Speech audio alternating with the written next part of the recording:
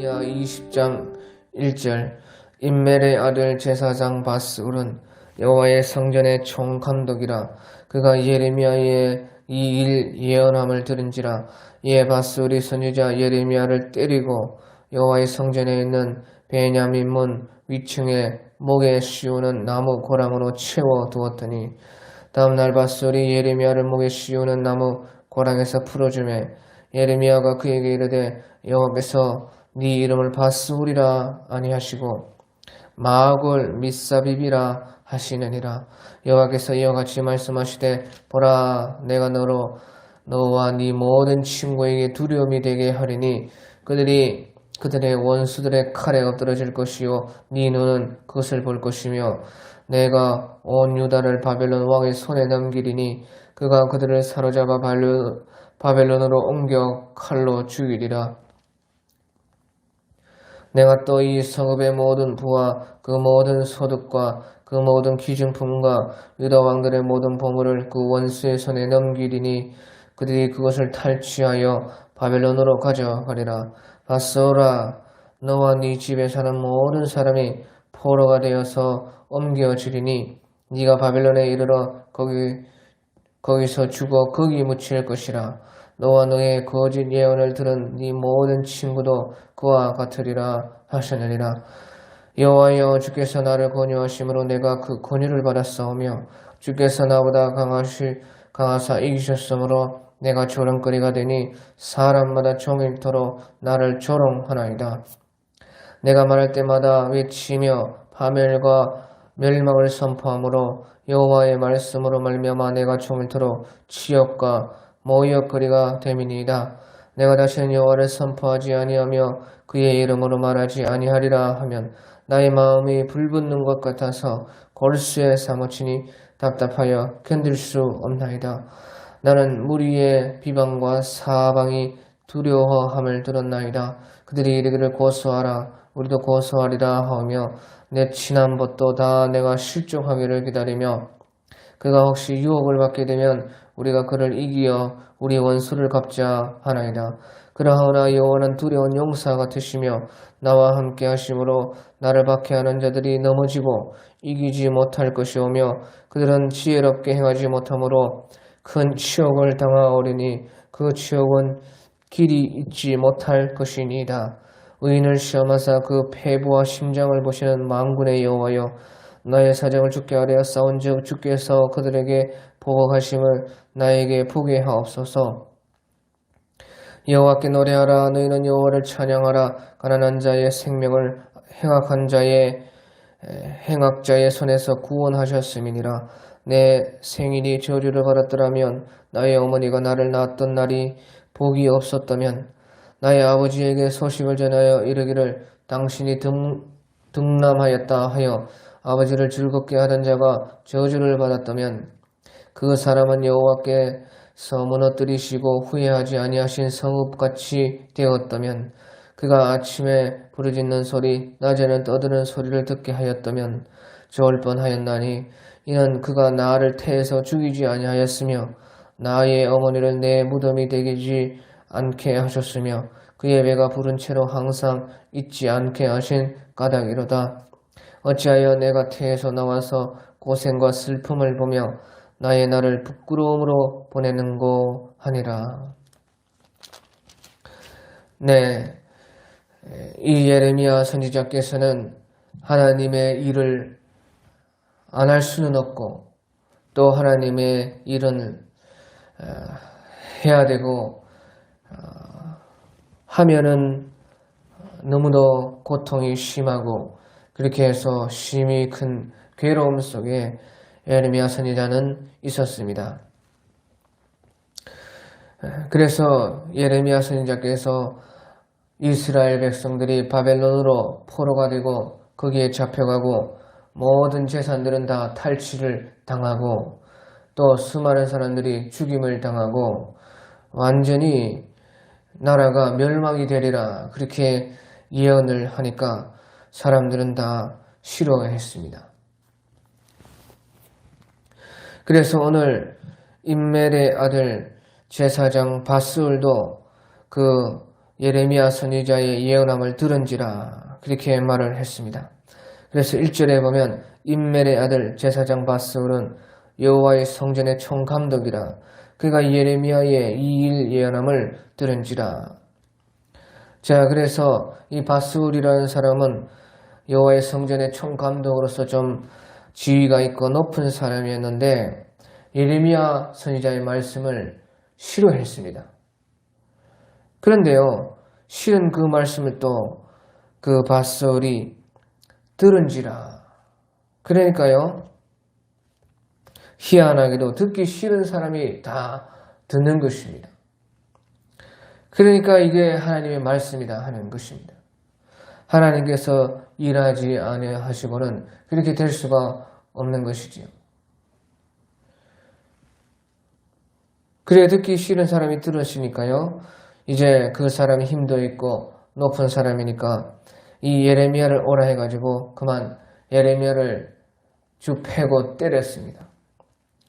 그리고 나서는요, 여호와의 성전에 있는 그 베냐민 문 위층에 목에 씌우는 어떤 나무의 그 꼬랑으로 채워가지고 착고에 넣어서 가두어 두었습니다. 그러니까 예레미야 선지자께서요, 얼마나 고난이 심했다 하는 것입니다. 그리고 나서 이제 다음날 다행히도 풀어주는데 바스울이 예레미야 선지자를 또 풀어주니까요. 풀어주는 그때에 또 하나님께서는 예레미야 선지자에게 말씀을 주셨습니다.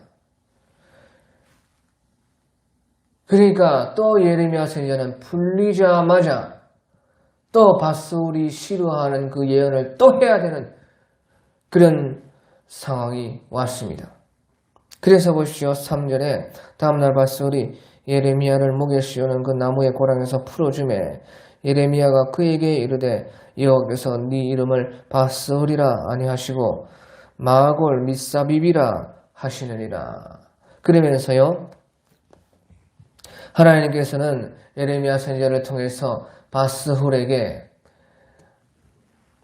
바스hul이 마골 밋사빕이라 하는 그 이름으로 변하게 된다는 그 예언을 또 하라는 것이. 그 마골 밋사빕이 무슨 뜻이냐면요, 마골 밋사빕이라는 것은 사방으로 두려움이 온다 그런 뜻입니다. 그래서 이 바스훌, 바스훌 너 때문에 모든 나라와 너의 주변의 모든 사람들이 두렵게 된다. 그렇게 말을 하라는 것입니다. 그러니까 이것도 좋은 예언이 아니고 그 바스훌을 완전히 욕되게 하는 그런 예언이 내려왔던 것입니다. 하지만 또 예레미야 선지자는요, 그렇게 하루 종일 갇히고 나서 목에 착고가 겨우 이제 풀렸는데 또다시 그렇게 예언을 했습니다. 그래서 여호와께서 이와 같이 말씀하시되 보라 내가 너로 바스훌 너로 너와 네 모든 친구에게 두려움이 되게 하리니 그들이 그들의 원수의 칼에 엎드러질 것이요 네 눈은 그것을 볼 것이며 내가 온 유다를 바벨론 왕의 손에 넘기리니 그가 그들을 사로잡아 바벨론으로 옮겨 칼로 죽이리라.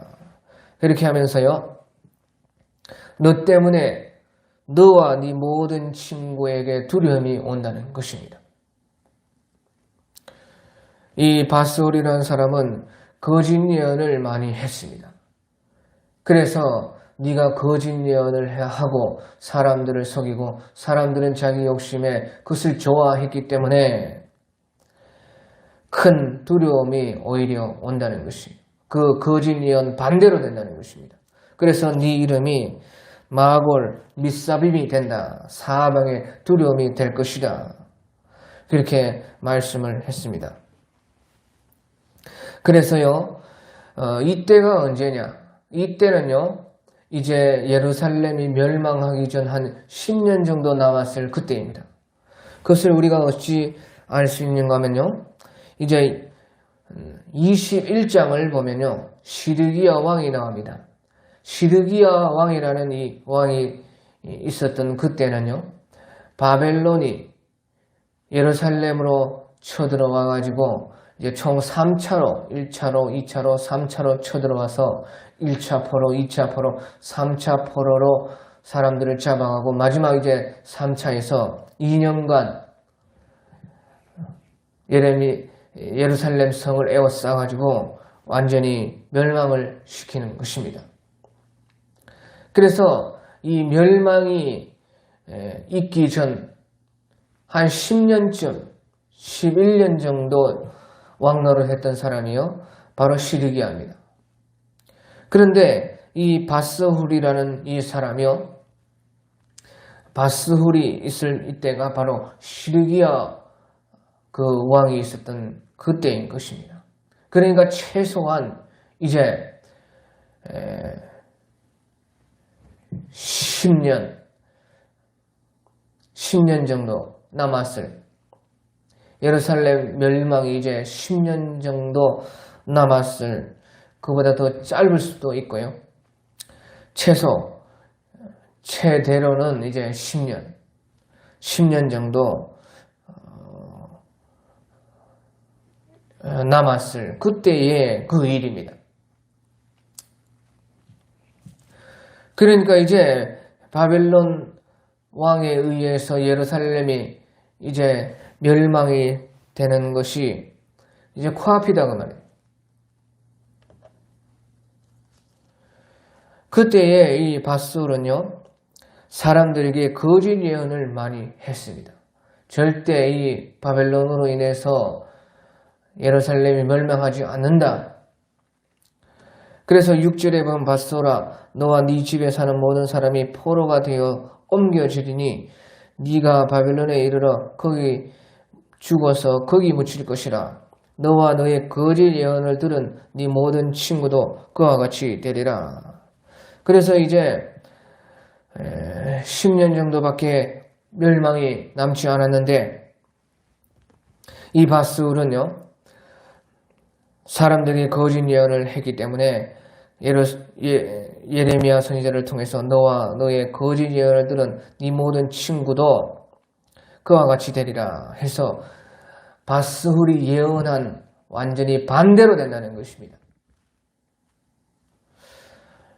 그래서 예레미야 선지자께서 예루살렘 멸망 40년 전부터 예언하기 시작했는데요. 벌써 30년이 흘렀습니다. 이 예레미야 20장까지 왔을 때가 이 예레미야 선지자께서 예레미야서를 시대별로 기록했는지는 그것은 모르겠지만 아무튼지요, 이 20장까지 왔을 때에 벌써 30년이 흐르고 이제 10년 정도밖에 멸망이 남지 않았을 그때라 하는 것이에요. 그러니까 그때 이런 바슬과 같은 거짓 제사장, 거짓 예언자들이 많이 있었다는 것입니다. 그리고 사람들은 그 사람들이 예언한 그 말이 더 좋기 때문에 예레미야 선지자의 말보다 이런 바슬과 같은 거짓 선지자들의 말을 더 믿고 싶었고 믿었던 것입니다. 자, 그래서 예수님께서도요, 우리 마태복음 24장에 보면 마지막 때에 이런 일이 많이 있을 것이다, 그런 것이 당연하다는 것입니다. 그래서 마태복음 24장 23절에 보면요, 그때에 사람이 너희에게 말하되 보라 그리스도가 여기 있다 혹 저기 있다 해도 믿지 말라. 거짓 그리스도들과 거짓 선지자들이 일어나 큰 표적과 기사를 보여 할 수만 있으면 택하신 자들도 미혹하리라. 보라 내가 너희에게 미리 말하였노라. 그러면 사람들이 너희에게 말하되 보라 그리스도가 광야에 있다 해도 나가지 말고 보라 골방에 있다 해도 믿지 말라. 번개가 동편에서 나서 서편까지 번쩍임같이 인자의 임함도 그러하리라. 죽음이 있는 곳에는 독수리들이 모일 것이니라. 이렇게 말씀하시면서요, 예수님께서 마태복음 24장 25절에 보라 내가 너희에게 미리 말하였노니라. 그래서 미리 말하였으니까 잘 들으라는 것이에요. 잘 배우라는 것입니다. 보라, 내가 너희에게 미리 말하였노라. 그래서 절대로 거짓 선지자들에게 속지 말라는 것입니다. 그래서 이 거짓 선지자는요, 할 수만 있으면 택하신 자들도 미혹하게 하기 위해서 큰 표적과 기사를 보여서 할 수만 있으면 택하신 자들도 미혹을 한다는 것입니다. 큰 표적과 기사를 그들이 다 사용을 한다는 것이에요. 그래서 우리가요, 계시록 13장 13절에 보면요, 그때 땅에서 올라오는 거짓 선지자가 큰 이적을 행하는데요, 계시록 13장 13절에 큰 이적을 행하되 심지어 사람들 앞에서 불이 하늘로부터 땅에 내려오게 하고 짐승 앞에서 받은 바 이적을 행함으로 땅에 거하는 자들을 미워하여 땅에 거하는 자들에게 이르기를 칼에 상하였다가 살아난 짐승을 위하여 우상을 만들라 하더라. 그러면서요, 그가 권세를 받아 그 짐승의 우상에게 생기를 주어 그 짐승의 우상으로 말을 하게 하고 또 짐승의 우상에게 경배하지 아니하는 자는 몇이든지 다 죽이게 하더라. 그러면서요, 이 마지막 때에 땅에서 짐승이 하나 올라오는데 그 땅에서 올라온 짐승은 바로 우리가 계시록 19장 20절을 보면 거짓 선지자라 그렇게 말씀을 하고 있습니다. 그리고 계시록 16장에도 용과 짐승과 바로 거짓 선지자라 그렇게 해석을 하고 있습니다. 그래서 이 땅에서 올라온 짐승은 거짓 선지자인데요, 이 거짓 선지자가 앞에 나온 바다에서 나온 짐승, 바다에서 나온 짐승이라는 것은 적그리스도, 무적행에서 올라왔다고 계시록 17장에서는 또 해석을 하고 있습니다. 그래서 바다에서 올라온, 무적행에서 올라온 그 짐승은 적그리스도, 그 적그리스도를 위해서 이 땅에서 올라온 짐승이 일을 하는데 큰 이적을 행해가지고 사람들 앞에서 불이 하늘에서 떨어지게 한다는 것이에요. 그래서 예수님께서 보라, 내가 너희에게 미리 말하였노라. 하늘에서 불이 떨어져도 그것이 너희가 믿지 말라라. 하늘에서 불이 떨어진다 해도, 그런 이적과 기적이 나타난다 해도 그것을 믿지 말아라는 것이에요. 거짓 선지자들에게 속지 말아라는 것입니다. 심지어 하늘에서 땅으로 불이 떨어지게 하는 그런 이적을 보게 한다는 것입니다. 그리고 그와 같은 많은 기적을 행하면서요, 심지어는 또 그 짐승의 우상에게 이 땅에서 올라온 거짓 선지자가 앞에서 올라온, 바다에서 올라온 그 적그리스도를 위해서 우상을 만듭니다. 그래서 우상을 만들고요, 또 하나님의 성전에 거룩한 곳에 서지 못할 그 미운 물건, 가증한 물건을요, 우상을 만든다 그 말이에요. 그래서 어디까지 세우느냐? 그것이요, 성전의 좌우 양편에 날개에 서리라. 그래서 다니엘서 9장 27절에 말씀하신 것처럼요, 하나님의 성전 모퉁이에, 그 모퉁이라는 말은 좌우 날개를 말하는 것입니다. 성전 좌우 날개에 심지어 우상까지 세우는데요, 그 우상에게 생기를 주어서 그 짐승의 우상으로 말을 하게 한다는 것이에요. 그러니까 우상이라는 것은 사신, 죽은 신이요, 또 말하지 못하고 듣지 못하였고 보지 못하는 우상이라고 했는데, 사람들을 현혹하기 위해서 우상이 말을 하게 한다는 것이고, 우상이 마치 살아있는 것처럼 그렇게 생기를 불어넣어서 사람들을 속인다는 것이에요. 그래서 심지어 우리는요, 우상이 말을 해도 절대로 믿으면 안 된다는 것이에요. 보라, 내가 너희에게 미리 말하였노라. 예수님이 다 미리 말하신 것입니다. 그래서 마지막 때는 절대로 기적을 따라가면 절대 망하는 것이에요. 마지막 때일수록 우리는 절대로 하나님의 말씀을 따라가야 되고 또 진실해야 되고 거룩해야 되고 예수님을 뜨겁게 사모하고 하나님의 성령이 우리 속에서 인도하시는 그 법을 따라서 살아가야지만 이길 수 있는 신앙이 되는 것입니다. 그리고 이 거짓 선지자가 얼마나 권세가 있는지 그것을 따르지 않고 또 짐승의 표를 받게 하는데 그 표를 받아야지만 매매하고 사고 직장 생활하고 먹고 살 수 있도록 한다는 것이. 그래서 그와 같이 하지 않는 사람들은 사로잡힐 자는 사로잡히고 죽일 사람들은 또 죽이는 그런 큰 권세가 있는 것이요. 거짓 그리스도, 거짓 제사장, 거짓 선지자들이 하는 그런 일인 것입니다. 그러면서 예수님께서는요. 그러면 사람들이 너희에게 말하되 보라 그리스도가 광야에 있다 하여도 나가지 말고 보라 골방에 있다 하여도 믿지 말라. 절대로 그리스도가 어디에 있다 저기에 있다 그런 예언이나 말을 믿지 말라. 27절 번개가 동편에서 나서 서편의 번쩍임과 같이 인자의 임함도 그러하리라. 그래서 예수님께서 만약에 이 땅에 재림하셨다면요. 번개가 동편에서 나서 서편의 번쩍임 같이 인자의 임함도 그러하다는 것입니다. 번개가 동편에서 번쩍이면 서편까지 다 번쩍하죠. 온 하늘이 다 번쩍하는 것입니다. 그 말은 예수님께서 재림하실 때는 모든 사람의 눈에 보인다는 것이에요. 예수님께서요. 스가랴 14장 4절에서 예루살렘 동쪽 감람산에 임하실 것이요. 그렇게 말씀을 하셨지만요.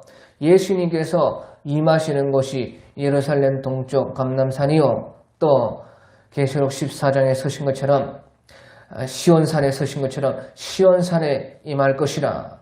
로마서 11장에도 바울 사도께서 그의 임하심이 시온산에 있을 것이라 그렇게 말씀을 하셨지만요.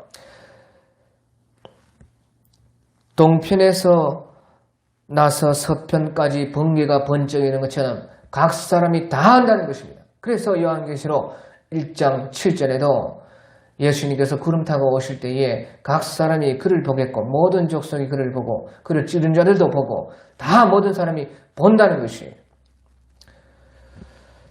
그래서 어떤 사람은요. 이 번개가 동편에서 나서 서편까지 번쩍임 같이 인자가 이 말이라 하는데 이것도 사람들을 속여가지고요. 저 중국의 동방번개라 하는 그런 등씨의 어떤 여자, 등씨라는 그 여자의 그 자기의 몸으로 동쪽에서 번개가 나서 서쪽에 번쩍임 같이 번쩍할 때 벌써 그 여자 속으로 예수님이 왔다 하고 이 말까지 속여 먹으려고 하는 것이요. 거짓 선지자들인 것이에요. 동쪽에서 번개가 나서 서쪽에까지 번쩍 모든 전 인류, 지구, 우주 만물이 다 안다는 이 말씀까지 속여가지고요. 아, 번개가 동쪽에서 나서 서쪽에 번쩍할 때 자기 속으로 등씨라는 어떤 여자 속으로 예수님이 임해서 자기가 예수라는 것입니다. 그래서 그것을요. 중국의 동방번개라는 그 이단이 그렇게 생긴 것입니다. 그게 얼마나 참요. 얼마나 속인다는 것이에요. 이 말까지 속인다는 것이에요. 자, 그래서 28절에 보면요. 죽음이 있는 곳에는 독수리들이 모일 것이니라. 이 말이 해석이요. 모든 주석에도 나와 있지 않고 이 말을 사람들이 다 풀지를 못합니다. 이 말은요. 아주 간단한 것입니다. 28절에 마태복음 24장 28절에 죽음이 있는 곳에는 독수리들이 모일 것이니라. 죽음이라는 것은 시체가 있는 곳에는 독수리들이 모인다는 것이에요. 우리가 보시죠. 우리나라는 광야나 사막 같은 것이 없지만요. 사막이나 광야나 벌판에 시체가 하나 다 있으면요. 어디선가 모르겠네요. 독수리떼가 와가지고 그 시체를 뜯어먹으려고 어떻게 알고 모였는지 모여요. 그래서 이 말이 무슨 말이 간단한 것이 시체가 있는 것에 독수리가 모이는 것처럼요. 바로 우리가 예수님이 오시는 그때는 자연히 우리가 예수님이 왔다는 것을 모든 사람이 안다는 것입니다. 시체가 있는 곳에 자연히 독수들이 알아서 지들이 모이는 것처럼요. 예수님이 임하게 되면은 하늘에서 예수님이 저 감람산 예루살렘 동쪽 감람산에 시온산에 임하시게 되면은 이 전 세계에 어떤 사람들도 모르는 사람이 없다는 그런 뜻인 것입니다. 그러니까 27절 말씀과 28절의 말씀은 똑같은 말씀이라는 것이에요. 시체가 있는 곳에 자연히 독수들이 그것을 뜯어먹으려고 모이는 것과 같이 예수님이 오셨다면은 자연히 모든 사람들이 독수리들이 자연히 거기에 가는 것처럼 자연히 알게 된다는 그런 말씀인 것입니다. 자, 그래서 절대로 우리가 마지막 때일수록 거짓 선지자들이 판을 치는데 거기에 속지 말라. 보라, 내가 너희에게 미리 말하였노라. 그래서 우리가 성경을요, 예수님은 미리 다 말하였으니 거기에 속는 것은 다 우리의 책임입니다. 우리는 자세히 성경을 살펴보고 더욱더 하나님의 말씀을 잘 상고하고 외우고 읽고 늘 묵상해서 그것을 잘 기억하라고 속지 말라는 것이죠. 너희 속에 성령이 계신 것을 알지 못하느냐. 그래서 우리가 몸과 마음을 거룩하게 깨끗하게 진실하게 해서 성령 받아서 성령이 함께 하셔서 우리를 늘 인도하셔서 생명의 성령의 법을 따라서 살게 되면은 그런 모든 거짓은 빛이 오면 자연히 물러가는 것처럼 우리가 스스로도 다 알 수 있다는 것입니다. 속으면 자기 책임인 것입니다. 자기가 욕심에 눈이 가려서 자기의 욕심으로 자기가 듣고 싶어서 귀에 할례를 받지 않아서 마음에 가죽을 베내지 않고 그 마음에 자기의 그 듣고 싶은 것만 듣는 마음, 자기의 욕심의 마음, 그 가죽이 자기가 자기를 속이고 마음의 가죽이 자기를 덮었기 때문에 속는다는 것입니다. 그러니까 보시죠. 너와 너의 거짓 예언을 들은 네 모든 친구도 그와 같이 되리라. 거짓 예언을 한 바스훌만 책임이 있는 것이 아니고 너의 거짓 예언을 들은 네 모든 친구도 책임이 있기 때문에 너와 같이 그렇게 바벨론에 포로가려고 거기에서 죽고 멸망을 당한다. 그런 뜻입니다. 그래서요. 예레미야 선지자께서는요. 이런 말만 항상 하나님께서 시켰습니다. 그러니까 좋은 말은 하나도 없고 언제든지요. 망한다, 멸망한다, 파멸한다, 죽는다. 그런 말만 하니까요. 예레미야 선지자 자기도요. 너무 괴로웠습니다. 그것을 듣는 사람들도 예레미야 선지자를 핍박하고 죽이려고 하는데 예레미야 선지자도 마찬가지입니다. 자기도 예레미야 선지자도 사람이 아닙니까? 자기도 좀 좋은 위로의 말, 좋은 말, 잘 된다는 그런 말을 듣고 싶은데 자기가 그것을 먼저 받아서요. 고스란히 그 아픔이, 그 고생, 고난이 자기에게 다 오는 것이에요. 그러나서 또요. 사람들이 듣기 싫은 그 사람들에게다가 또다시 또 말을 해야 돼요. 그러니까요. 2중, 3중으로 예레미야 선지자는 너무나 힘들었습니다. 그래서 7절에 여호와여 주께서 나를 권유하심으로 내가 그 권유를 받았사오며 주께서 나보다 강하사 이기셨으므로 내가 조롱거리가 되니 사람마다 종일토록 나를 조롱하나이다. 그래서 예레미야 선지자도 너무 힘들었는데 그 예수님의 권유로 너 아니면 누가 이런 말을 하겠느냐? 내가 너를 노성벽과 같이 하리니 가서 전해라. 그렇게 하나님께서 계속 예레미야를 다그치시니까요.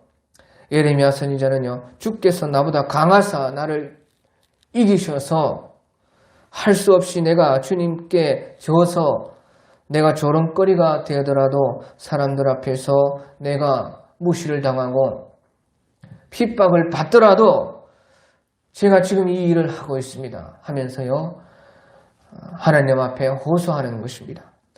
그리고 이제 8절에 내가 말할 때마다 외치며 파멸과 멸망을 선포하므로 내가 말할 때마다 외치고 또 말할 때마다 파멸과 멸망을 선포하므로 여호와의 말씀으로 멸망한 내가 종일토록 치욕과 모욕거리가 됨이니이다.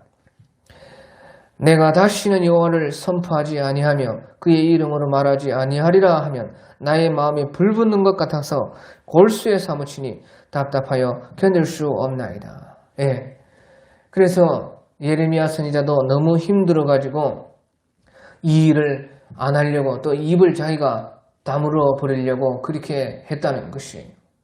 도망을 가려고 입 다물려고 그렇게 했는데 내가 다시는 여호와의 말씀을 선포하지 아니하며 그의 이름으로 말하지 아니하리라 하면 나의 마음이 불붙는 것 같아가지고 골수에 사무치니 답답하여 견딜 수 없나이다.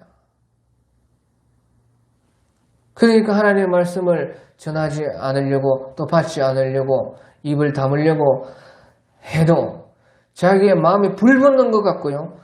답답해가지고 골수에 사무쳐가지고 견딜 수가 없어가지고 또 어쩔 수 없이 하나님한테 져서 사람들에게 그 파멸과 멸망을 선포할 수밖에 없다는 것이. 자, 그래서요. 예레미야의 이 선지자의 그 고생과 그 아픔이 사실은요. 바로 하나님의 고생이요. 하나님의 답답함인 것입니다. 그게 어쩔 수가 없다는 것입니다. 그러면서 나는 무리의 비방과 사방이 두려워함을 들었나이다. 그들이 이르기를 고소하라 우리가 고소하리라 하오며 내 친한 벗도 다 내 실족하기를 기다리며 그가 혹시 유혹을 받게 되면 우리가 그를 이겨 우리 원수를 갚자 하나이다. 그 사람들이 예레미야 선지자의 흠만 찾으려고 하는 것입니다. 너는 얼마나 잘하는가 보자. 너는 그래 제대로 하는가 보자. 너는 얼마나 잘 되는가 보자 하면서 예레미야를 어떻게 하면 넘어뜨릴까? 어떻게 하면 저 입을 닥치게 할까? 어떻게 하면 고소할까? 그런 생각만 하는데 내 친한 벗도 다 내가 실족하기를 기다린다. 그렇게 말을 했어요. 자기의 친했던 그 친한 친구들까지 예레미야 선지자께서 실족하기를 기다리고 있었다 하는 것이에요. 그래서요. 우리가 시편 41편 9절을 보면요. 시편 41편 9절에 나의 의뢰하는 바 내 떡을 먹던 자가 내 떡을 먹던 가까운 친구도 나를 대적하며 그 발꿈치를 들었나이다. 그런 말이 있어요. 나의 신뢰하는 바 내 떡을 먹던 나의 가까운 친구도 나를 대적하여 그 발꿈치를 들었나이다. 이 시편 41편 9절의 말씀으로요. 예수님께서 가룟 유다에게 팔리신 것입니다. 그래서 가룟 유다가 그때 예수님과 늘 떡 먹고 예수님을 3년 반이나 따라다녔던 그 예수님의 제일 가까운 가룟 유다 제자가 예수님을 팔려고 했을 때에 예수님께서 바로 이 시편 41편 9절의 말씀을 가지고 내 떡을 먹던 나의 가까운 친구가 그의 발꿈치를 들었다 한 그 성경을 이루게 하려 함이라. 그렇게 예수님은 말씀하셨어요. 그러니까 예레미야 선지자께서도 내 친한 벗도 내가 실종하기를 기다리나이다. 마지막에 가면요. 나랑 가장 친한 그 사람과 내가 결별할 때가 오는 것입니다. 그때에 그 예레미야의 그 마음이 어떠했겠느냐는 것이에요. 또 예수님이 자기가 제일 가까운 그 가룟 유다, 자기 제자가 자기를 팔을 때에 그 마음의 그 고뇌가 얼마나 힘이 들었겠습니까? 그래서 예수님께서 마지막에 이제 잡혀가면서 네가 입맞춤으로 나를 파느냐 그렇게 말씀했어요. 가룟 유다를 향해서 네가 입맞춤으로 나를 파느냐, 입맞춤으로 나를 판다는 제일 친한, 제일 친근한 그 사람, 그것으로 말미암아 나를 파느냐. 자, 우리가요 예수님을 따라가는데 어디까지 따라가느냐. 우리가 끝에 가면 이와 같이 되는 것입니다. 우리의 신앙의 절정으로 가고 우리의 마지막 이 예루살렘 멸망하기 직전으로 가고 마지막 대환란 거기에 들어가게 되면은요 가장 친한 사람도 나와 반대가 될 수가 있고 그 사람으로 인해서 내가요 심지어는 감옥에 가고 죽기도 할 수가 있어요. 그때에 꼭 이 시편 41편 9절의 말씀을 기억하고 내 떡을 먹던 나의 가까운 친구도 나를 대적하여 그 발꿈치를 들었나이다. 바로 이 길이 우리의 가는 길이고 예레미야 선지자께서 가셨던 길이고 바로 예수님이 걸어가셨던 그런 길이라는 것이에요. 그래서 이제 11절에 보면 그러하오나 여호와는 두려운 용사 같으시며 나와 함께 하심으로 나를 박해하는 자들이 넘어지고 이기지 못할 것이오며 그들은 지혜롭게 행하지 못함으로 큰 치욕을 당하오리니 그 치욕은 길이 있지 못할 것이니라. 그래서 여호와는 두려운 용사 같으시며 나와 함께 하심으로 나는 박해하는 자들이 넘어지고 나를 박해하는 자들이 넘어지고 이기지 못할 것이오며 여전히 하나님께서는 나와 함께 주시고 하나님께서는 강한 용사와 같으신 우리 예수님이시다. 그분과 함께 가는 것만이요 답이라는 것입니다. 그리고 나서 이제 12절을 보면 의인을 시험하사 그 폐부와 심장을 보시는 만군의 여호와시여 나의 사정을 주께 아뢰었사온즉 주께서 그들에게 보복하심을 나에게 보게 하옵소서. 여호와께 노래하라. 너희는 여호와를 찬양하라. 가난한 자의 생명을 행악자의 손에서 구원하셨음이니라. 그러면서 이제 의인을 시험하사 그 폐부와 심장을 보시는 만군의 여호와여 이런 말씀이 있는데요. 자, 이스라엘 백성들도 백성이고 하나님의 사람들이지만요. 사실은요, 하나님께서 보실 때는요, 이 예레미야 선지자도 하나의 사람입니다. 그 말이 무슨 말이냐? 이스라엘 백성들도 백성이고 하나님의 사람들이고, 그런데 하나님이 보실 때는 이 예레미야 선지자도 한 사람이고, 또 시험해야 되고, 연단받고 훈련받아야 되는 한 사람이라는 것입니다. 그래서 하나님께서는요, 예레미야 선지자를 통해서 이스라엘 백성에게 일을 하시지만요, 바로 그 예레미야 선지자도 연단하고 단련하시는 하나님이십니다. 그래서 12절에 의인을 시험하사 그 폐부와 심장을 보시는 만군의 여호와여. 그래서 하나님께서는요, 이 예레미야 선지자도 연단하고 단련하시고요, 또 시험을 했습니다. 그런데 그 시험이 어디까지의 어느 만큼의 시험이냐? 바로 이제 14절부터 그 예레미야 선지자께서 하나님의 사람으로서 자기도 한 사람으로서 하나님께 연단받고 훈련받는 한 사람으로서 얼만큼 훈련을 받았는지 이제 14절부터 18절까지 나옵니다. 14절부터 보면 내 생일이 저주를 받았더라면 나의 어머니가 나를 낳던 날이 복이 없었더라면 나의 아버지에게 소식을 전하는 자가 이르기를 당신이 득남하였다 하여 아버지를 즐겁게 하던 자가 저주를 받았더라면 그 사람은 여호와께서 무너뜨리시고 후회하지 아니하시는 성읍같이 되었더라면 그가 아침에는 부르짖는 소리 낮에는 떠드는 소리를 듣게 하였더라면 좋을 뻔하였나니 이는 그가 나를 태에서 죽이지 아니하셨으며 나의 어머니를 내 무덤이 되지 않게 하셨으며 그의 배가 부른 채로 항상 잊지 않게 하신 까닭이로다. 어찌하여 내가 태에서 나와서 고생과 슬픔을 보며 나의 나를 부끄러움으로 보내는고 하니라. 그러게 예레미야 선지자께서요 이렇게 힘들었다는 것입니다. 그래서 예레미야 선지자께서 하나님께 받은 훈련과 그 연단이 얼만큼이냐, 바로 이처럼 태어나지 않았으면 좋았을 걸 하는 그런 만큼이라는 것이에요.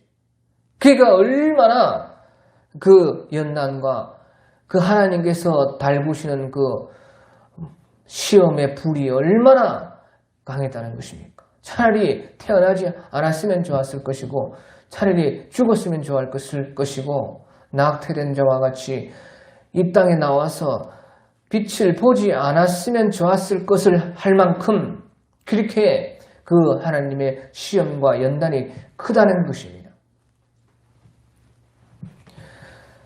그래서 이스라엘 백성들에게는요 대환란을 통해서 그런 시험을 주셨고 또 예레미야 선지자에게는 또 예레미야 선지자에게 그 사람에게 있는 그런 환란으로 고난으로 이 예레미야 선지자를 단련하고 연단을 했습니다. 그래서 이렇게요 오늘 20장 14절에서 18절에 하는 이런 예레미야 선지자의 원망과 이 아픔, 이것은요 우리가 보십시오. 하나님을 믿으니까요 하나님을 향해서 원망은 못해요. 그러니까 차마 하나님을 향해서는요 이렇게 원망을 할 수가 없고, 그러니까 그런 믿음은 있으니까 하나님은 어찌 원망을 우리가 하겠습니까? 그러니까요 원망도 안 할 수는 없고 속에서 그것이요 너무도 끓어오르고 힘드니까 이 예레미야 선지자는 자기를 원망했던 것입니다. 자기를요 원망해서 차라리 태어나지 않았으면 좋았을 것을 그렇게 했어요. 그래서 우리가 욥기를 보면요 의인 욥께서요 의인을 하나님께서는 시험하사 그 심장과 폐부를 감찰하시는 여호와이십니다 하는 오늘 말씀과 같이 욥도 그런 그 연단을 받았습니다. 그러니까 똑같습니다. 이 의인도 욥께서도 차마 하나님을 원망을 할 수는 없고 그 입에 그가 하나님을 원망하지 아니하였더라 하는 말씀과 같이, 그런데 이 속에서요 얼마나 힘든지 자기를 원망하는 것이, 자기의 태어난 것을 원망하는. 그래서 그것이 욥기 3장에 있습니다. 욥기 3장을 보면요 그 후에 욥이 입을 열어 자기의 생일을 저주하니라. 여기 욥이 입을 열었다는 것은 자기 말로서 자기를 저주했다는 것입니다. 그래서 3절에 내가 난날에 멸망하였더라면 사내 아이를 베었다 하던 그 밤도 그러하였더라면 그날이 캄캄하였더라면 하나님이 위에서 돌아보지 않으셨더라면 빛도 그날을 비추지 않았더라면 어둠과 죽음의 그늘이 그 날을 자기의 것이라고 주장하였더라면 구름이 그 위에 덮였더라면 흑암이 그날을 덮었더라면 그 밤이 캄캄한 어둠에 잡혔더라면 해의 날수와 달의 수에 들지 않았더라면 그 밤에 자식을 베지 못하였더라면 그 밤에 즐거운 소리가 나지 않았더라면 나를 저주하는 자들이 곧 리와 야단을 격동시키기에 익숙한 자들이 그 밤을 저주하였더라면 그 밤에 새벽별들이 어두웠더라면 그 밤이 광명을 발할지라도 얻지 못하며 동틈을 보지 못하였더라면 좋았을 것을. 이는 내 모태의 문을 닫지 아니하여 내 눈으로 환난을 보게 하였음이로구나. 어찌하여 내가 태에서 죽어나오지 아니하였던가. 어찌하여 내 어머니가 해산할 때에 내가 숨지지 아니하였던가. 그렇게 욥께서도요 자기를 원망하고 자기의 부모를 원망하고 자기의 태어난 날을 자기의 생일을 저주하고 자기를 저주하는 것이. 다시 말하면 그만큼 그 연단과 그 환난이 의인에게는 그렇게 강하게 온다는 것이에요. 욥이 모든 것을 다 잃었습니다. 또 더 욥을 괴롭게 하는 것이요. 그때 욥이 아무리 하나님을 찬양하고 기도해도 하나님의 응답이 없어요. 마치 하나님이 계신데 계시지 않으시는 하나님처럼 그렇게 완전히 깜깜하게 욥의 영혼이 그렇게 되었어요. 그러니까 예수님께서요, 엘리 라마 사박다니, 하나님 어찌하여 나를 버리셨나이까. 그 예수님께서 하시는 그처럼 욥에게도 그런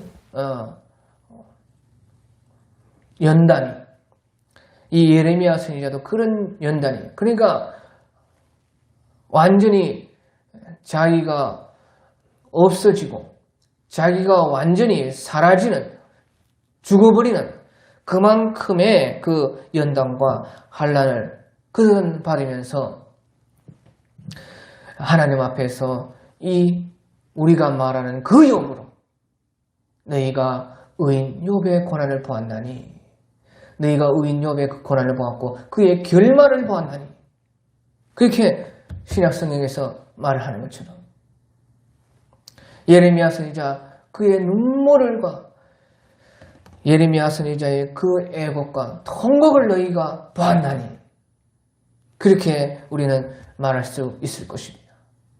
그래, 그 가운데서 하나님은 우리를 연단하시고 그 가운데 우리는 내가 마침내는 정금과 같이 나오리라.